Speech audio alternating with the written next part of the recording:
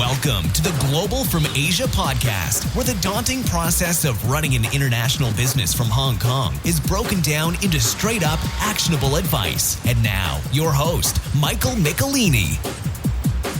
Happy holidays. Ho, ho, ho. Santa is coming. Were you a good boy or a good girl this year? Tons of people I'm talking to are just wrapping up their accounting books this year. I hope your global business is wrapping up to a good one. I've been getting lots of emails from listeners and readers on the blog looking to get set up with their businesses here in Hong Kong in the new year. And I'm also excited to announce that I am a full-on agency, so I can help you register and file your company or upkeep. If you want to see some offerings, I have the full menu. I'm trying to make it as transparent and clear and detailed as possible at globalfromasia.com/products. I'm already helping a lot of people with pretty complex tax and international business situations, and I love the challenge and I love learning it. So if you have some questions for me, I'd love to hear from you. Also, there's a toy show coming up in Hong Kong in the middle of January, and some of you guys like Colin and John have reached out to meet. Colin and I got to hang out last year when he was here, and he gave me some baby toy gifts. Miles loves them. Thanks again, Colin. No pressure for others to give me baby gifts, but we should get a time to all catch up. If you're in town, maybe for the toy show or maybe just in Hong Kong, let's just do a general easygoing meetup on Tuesday, January 12th at 7 p.m. We'll just do it at my office in TST. Keep it a little bit less formal. Maybe just order food takeout if you want. I'll just be hanging out from 7 to 9 p.m. Just maybe if you guys want to meet and get to know each other. I'll have some other friends coming in. So if you're in town and you want to get more info, check it out at globalfromasia.com/event03. Just kind of experimenting with these in-person meetups. So I appreciate the feedback and hope to see you there. So this week's episode, we have our first ever live recording at the office lunch party last month in November. And we had my friend Mike the Greek, which has a bit of a story of how we got to meet, how he came to Asia, how his business has developed over the years, doing some freelancing and doing some e-commerce. So we also have fun stories with the audience interacting at the end, and it's a little bit interesting stuff. So I like this format. I hope you do too. And at the end, we'll have some fun stories to share too. So stay tuned. So we are live in Hong Kong, and this is an experiment, as everything in things that we do here. So we have a good group of friends that are here for the first live recording of the Global from Asia podcast. It's in TST of Kowloon District. We're recording on Tuesday evening, November 24th. I think it's going to probably be a week or two that this comes online, and we have with us a guest and a friend, Mike. I'm not going to try to say your last name, so I'm just going to say Mike the Greek. And maybe for the record, can you say your actually full name? All right. Hello, everybody. So my name, is Mike. Actually, my official name is Mihail, but only the government actually is using it like this, so no need to keep these formalities. You can just call me Mike. And my surname, well, that's the difficult part. It's Ustamanolakis. So if you are really curious, like what it means or how I got this name, feel free to shoot me an email, and I give you the full picture. So that's a Greek name, so that's how you got Mike the Greek. And I like the story of how we met. I was in Shanghai at a startup weekend helping organize, and Brian Tom introduced me. He's like, there's this guy, he's a designer, and he's a cool dude, and I think it's public to say you're having like visa issues in China, and you were like looking for other places. And then I met you, I think, in Burger King in the back of Jing'an Temple on like a rainy weekday evening. And maybe you can finish the story. How did you get to Shanghai, and what happened? Yeah, so the long story is that it starts from Greece, of course. And I was studying graphic design. And my education wasn't really like creative. It was more technical, like how you print, how you deal with like the design process and so on. And I felt like something is missing. So I thought I need to expand my horizon. So I decided to go abroad to study further. I did one master program in Netherlands called Master of Design. And in Netherlands, they treat design as art. But for me, that's kind of wrong because, design is about solving problems. It's not making a statement. So I thought, okay, now I have a master diploma. I'm a kind of expert in arts. So what? I need some business thinking, some entrepreneurial mindset. So I found another program in Sweden, which is business design. And I thought, well, that sounds pretty interesting. So I went there in Sweden. I did 1 year in Sweden and then second year in Shanghai. Shanghai completely blew my mind away. I was like, wow, what is this place? It's so insane. It's so fast, so many things happening. And then you see that as a city, as a place, it's like a market in progress. A lot of different ideas being tested, a lot of different ideas being shoot out there. And then you just see that there's a lot of failures and a lot of people are trying to do things. So I was completely amazed by being there and feeling all this vibe of the city. So I decided, okay, this is the place to stay. However, being there as a student, it's quite easy to stay. But once your student visa expires, it's very difficult to get any type of visa if you are a solo entrepreneur or a freelancer or so. So that's where I met Mike, and what can I say? You were trying to employ me in Shenzhen. So I get involved with social agent. But then I remember I heard something from the government saying there is no license to hire a foreigner or something like that. Yeah, I think some people in this room might remember Amy that used to work with us, and she was great and very persistent. So I remember I was just really busy working. We flew to Shenzhen together. Yeah. I remember we took a plane together, and on the plane you're helping me do some design work for the Social Agent mobile app. And you're sketching out different user flow and the experience. I remember working on the menu.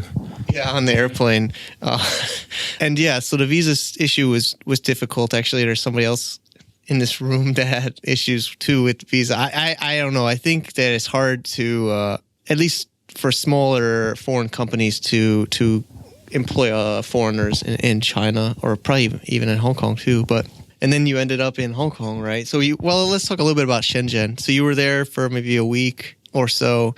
And I think my girlfriend at the time, Wendy, but now my wife was trying to get you married, I think, to get a visa.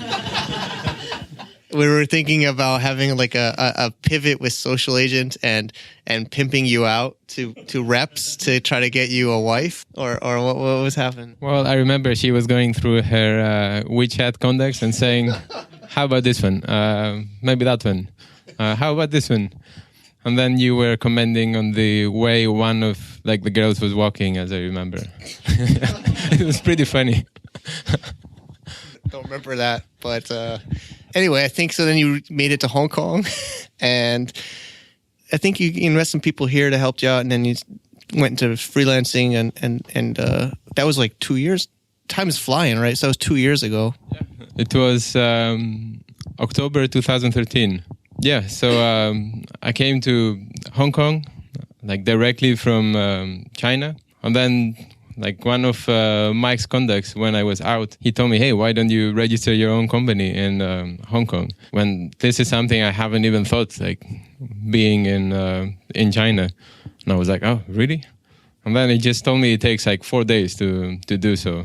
If you're more lousy, it will take you 1.5 weeks. And I was like, oh, that's perfect. And actually I moved to Hong Kong and started working from day one with Jeff Brewer. And Mike introduced me to Jeff. It's more Jeff did the work, but yeah, I think there's lots of opportunities here as freelancer, and we've had other shows on the podcast where if you have skills, I think in technology or design, I think there's people probably in the room would agree, right? There's a lot of opportunity in Hong Kong for that. How's that been going? Is that what you're doing now? I know you've been doing a lot of different things. So yes, it's actually like most of the places, like finding customers is the biggest challenge. And then how do you find customers? You pretty much find them with referrals most of the times. Doing cold calls is not like a very easy thing to do. And then of course I have a sales process where I go through quite frequently and see what projects are being posted and what's going on, and if there is anything I could contribute. But yeah, if you have the right contacts, then you can get the proper feed and move onwards. And then we were preparing for the show, and you were saying which I somewhat agree, is it's hard to just be project to project, right? So the cash flow is not so stable, and we're going to have some things that might need a video better than audio, but you were talking about some other ventures you were looking into. Do you want to share a little bit? Yeah, sure. So I have a lot of different ideas on my mind. So I was looking what other type of ventures or businesses I could get involved to. And it just happened that during a few weeks, within 2-3 weeks, I had 4 or 5 different people, and they all asked me for a business card. And I thought, how about I just have a website that has a bunch of business cards, maybe multiple designs, and then people pick one and then they contact me, and then I keep modifying this design, personalize it, and give them a personal design. So the website is the starting point of for inspiration. And I started doing that. So this is one of the things I'm currently working on. I have worked out a service where you go to the website, you browse different designs, you find one that you like, then you contact us. You pretty much give us all your details, what you want to be. If there is anything you would like to modify, if there is different icons you would like to have, different graphics. And then we just take care of everything regarding to design. And then we go to a local Hong Kong printer and we print the cards and ship them out to you directly. And this is also something we came to find out from customers, freelance customers I had before, who told me, it's so frustrating to contact printers in Hong Kong because they don't know what I want. They try to tell me something different than what I'm asking, and then it's too confusing with the communication. They have many different prices, so there were so many different problems that all these customers were having when they were getting in touch with the printers. And well, as a designer, I have worked a lot with printers previously, so I know exactly what are the specifications of each job. So for me, it's quite easy to contact them because I know exactly what I want.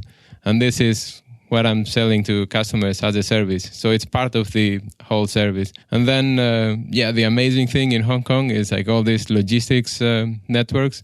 You get so many couriers. So the Hong Kong post office is so efficient. And then it's very easy to just sell your products locally if you want to distribute directly to the customer. Were you thinking about doing packaging design, or you were just maybe looking at shops in Hong Kong? But, I think you're a much more detail-oriented person than me, so I don't notice these things. But he was saying, I don't know if you guys notice in the audience, but all the different places in the world, all the products are just kind of mashed up here. And there's some shops popping up that we might try to get on the show in the future, like 360 and some others that are just pulling in imports from all around the world. And maybe you kind of toured me around one of these shops once, and maybe we can make a video show one day about it. But can you give us some highlights about some of the packaging you've noticed here? Yeah, sure. So this is something I find amazing in Hong Kong. Every culture, every country, every market, they have their own visual identity. There is certain things that every market you would find the package of the milk or the chips, the potato chips, and so on. All these ordinary products. They have their own local identity in those specific markets. And then the amazing thing in Hong Kong is that you just go to the supermarket in the corner, and then you find this product in some language, you don't even know what it is. And then everything is just, well, not everything, but many products are designed for a different market than Hong Kong. And then they're just being brought here as they are. And I was asking my girlfriend, like, can you read all of these like languages? And she was saying, yeah, of course not. But you judge from the package. Like if it's a good product from Korea, then you just know it's good and you just buy from that. And I was wondering, like, hey, how do you make a judgment? Like if a product is good only from the like visuals? Yeah, actually that's the way it goes here. You pretty much judge the design. You don't judge the text. You don't judge the like all the verbal information, all the textual information. You pretty much make a judgment on the product, like based on the like visuals, on the package, on the colors and so on. And this is like quite contradictory with most of the design education you will receive, because you always get like this kind of instructions, like, okay, this country, use red for this. That country, use blue for the same thing, and so on. And it seems that all these rules, they do not apply in Hong Kong, because like Hong Kong is this mixed up place where every product is being brought and sold as is. And the only modification that you have is the like food label that is being put like on top. And then you find out the name of the product pretty much from the price label, which is on the shelf on the supermarket. And for me, being designer, going to a Hong Kong supermarket is like going to a like design museum or so with all the. You gotta go shopping with this guy, seriously. So I'm looking at all the packaging. Like, I just look at it like it's a pack of tea or something. But he's like, you found Greek tea, right? I think in the shop or what? And because you're from Greece and. No, actually, it wasn't. It was not Greek tea. It was some Greek yogurt that had blueberries on it, and I'm like, wow, blueberries don't even exist in like the Greek like landscape, but still, this product like does exist, and it was actually in Marks and Spencer. So this is a British supermarket, so it's a product made for like a British customer. But somehow it's being brought up like here in Hong Kong, and this is part of like the consumer choices we have, like in here. So you got to report back to the Greek cultural department about this violation of blueberries in the Greek yogurt. Well, I would say it's well, for me being Greek, I would say I'm both like amazed that they invented a new product based on something. Like so it sounds like a little bit random, but also I find it like amusing at the same time. It's kind of entertaining. Cool. So back to your business card business. So you started at like, I kind of remember hanging out at Blueprint, co-working with Chris here, and you were kind of building the site out. How has that been going? So basically, you were just mentioning your main advantage was you were designing the cards, you were designing some of the visual for clients here, but they were complaining about the printing process, and then that's what you. Yeah, so it's very easy to do business in Hong Kong, like speaking English, but then some type of services can be quite challenging for non-Cantonese speakers, and one of these is printing, and I think it has to do with the fact that the people where they work, like in printing, they are not like how can I say, politically correct. So they are not the high level educated people who were good like in English at like school. And for customers trying to print their cards, yeah, it can be very challenging trying to say like, hey, I want this embossing on my card, and I want the other side to have some like different types of printing. You can do like embossing, you can do the stamp foiling and so on. And then if you go and ask like, hey, I want a stamp foiling on the front and I want embossing on the back, then they will not know what like you are talking about, even though that's just like their job. They should know about printing. But this is English, and so it becomes a language barrier. And for me, it's much easier to communicate and show them, like even in Chinese. Now I can even read the platform of one of my printing partners. It's like completely in Chinese, and I can place an order like directly like there. But it's quite straightforward what exactly I need, and what customers ask me, I know what exactly it is. And so for me, it's very easy to place an order. So this is part of the service. Fun fact, our pizza tonight, we don't speak Cantonese here. Andre, he's awesome, and he helped order it, but they don't speak English when you call. So they say like, no English, call back. And then you give them the number, and then they have an English-speaking person call you back to take the order for the pizza. So that's how we're getting our food today. So this is a little fun fact. But we're also, if you guys want to start thinking about some stories, we might have some people in here today if they want to share some stories about customer service incidents in Hong Kong. We can come back to that. But if anybody has something, it'd be cool if we can get some people sharing. But I think we have couple more points. Is you had some fun stories in doing business or just as a customer here. Do you want to share some? Yeah, sure. So there is like many shipping companies in like Hong Kong. So if you want to ship your products, you have many choices. And then I wanted to ship some business cards to a customer who is in Yuen Long. So Yuen Long is like quite far. And then there is a surcharge for the distance, like $30 extra. So I went to like this courier who, like, his English was quite poor, and because he didn't know how to ask me to pay those $30, I didn't have to pay, and that was pretty hilarious. That I was like, so is it just $20? It's not $50? And he was saying, yeah, $20. I was like, so no 50? And I was like, yeah, $20. So it seems that, yeah, it was pretty funny. Anybody have some stories they want to share? I've put on the spot, but we can come back to it. I maybe could have prepared earlier, but yeah, I mean, I think hopefully that that's a differentiator for you long term. What's your long term plan here in Hong Kong and business? Well, I'm like looking at like doing more different things. So I'm always interested in new like ideas, new like business ideas to do. So for the time being, I'm trying to grow my business card business, and I'm also doing some freelancing like at the same time. Long-term wise, I'm not really sure if I will stay permanently in Hong Kong. It's I find it a very interesting place. It's very many things to do, but like overall, I think it's maybe a little bit crowded. So this isn't in my show notes, so we can edit this out. But so that's how I roll with this show. But I guess the people here can learn. But how about your girlfriend? Is she wife to be, or she's local Hong Kong? That might help out. Well, this is also partially like part of the thing. So she is from Hong Kong, but she doesn't want to live in Hong Kong forever. So it's making an exit is easier.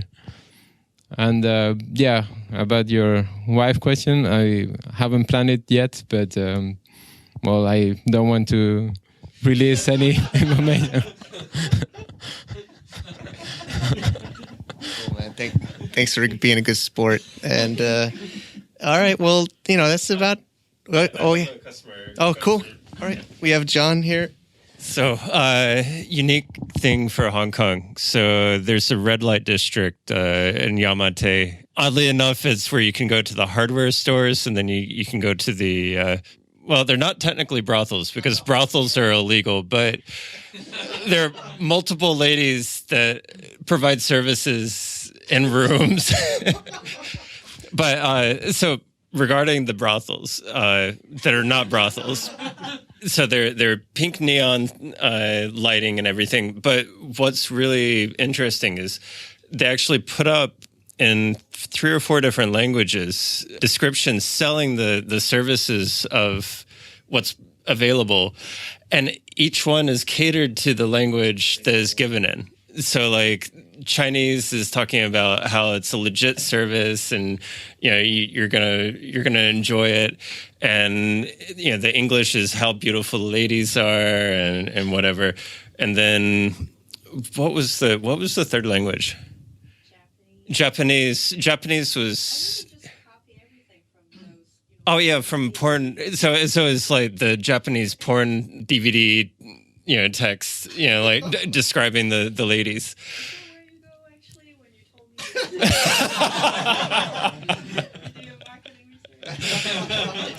So that's actually something pretty unique that actually ties into the whole packaging thing, where, but kind of in reverse, where it's like localized in a very ultra way. So.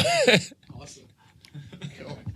I should get some extra downloads for this show. I could put some keywords in it. Thanks, John. Thanks. All right, cool. So this is the first time we did a audience recording, and like the office is opened. It's been open actually. Andre, I'll plug him later, but he's taking care of operations. So Andre has the space here, and it's been about a year that he's been had a lease here. Actually, he's been talking to me for a long time to have an event here, and I'm kind of getting comfortable just doing the recorded in my house in China, but I've been getting busier to helping people set up companies here and being more of like a traditional agency and just an address. So I said, hey, Andre, I don't need a space, but can I just like put a whole bunch of companies here? And how much do you want for that? And then he's like, I have a whole space here, and I can help set up a studio, and we can have like a TV show, and I'm here, and I'm like, man, like I don't know if I need all these. Like, Look, we got it. We don't even need to buy anything. Like, I got curtains. I have like everything you need. I'm like, you can bring some lights, and I'm like, all right. And we're talking about numbers, and then actually another motivator I've always plug, like Dynamite Circle. I went to that meetup in Bangkok, and it really like inspired me to take some new risks and make some more moves. So when I came back, I just came back to Andre. I'm like, because I was like telling him like, let me go to like this conference and see how I feel after. So I came back and I'm like, let's do it November 1st. So, he's also pretty flexible. So he's a pretty good landlord or sub-landlord or whatever. And I think he's taking a bigger risk on this than me. And if anybody else wants this studio for recording podcasts or massage parlors, I think you can install pink lights if you need them. And yeah, it's a pretty interesting place, and hopefully we'll do more. I'd love feedback from. I don't know how the quality seems to be okay. I've been watching the recorder, so I think the quality should be fine for people listening today. And of course, I'd love feedback and ideas. We have it recorded on video, but it's more of a test. We'll see how it looks, and I think Andre is getting into video editing, hopefully, because I'm not. And all right, that's a wrap, guys. And thanks for coming, and thanks for listening.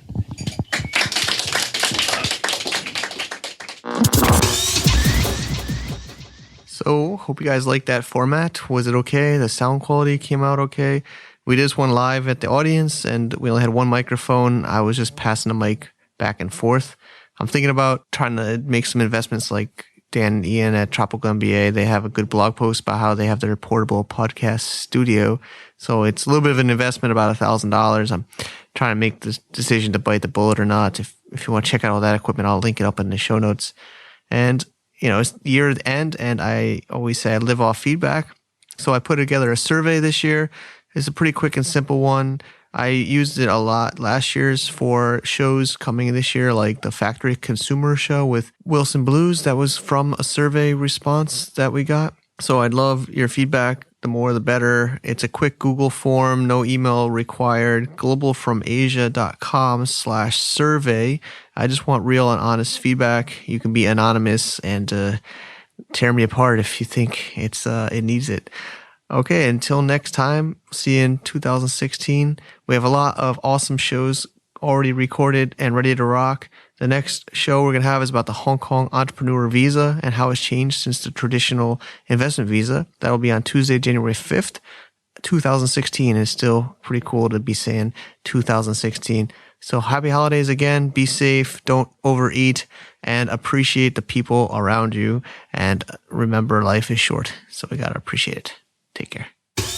To get more info about running an international business via Hong Kong, please visit our website at www.globalfromasia.com. That's www.globalfromasia.com. Also, be sure to subscribe to our iTunes feed. Thanks for tuning in.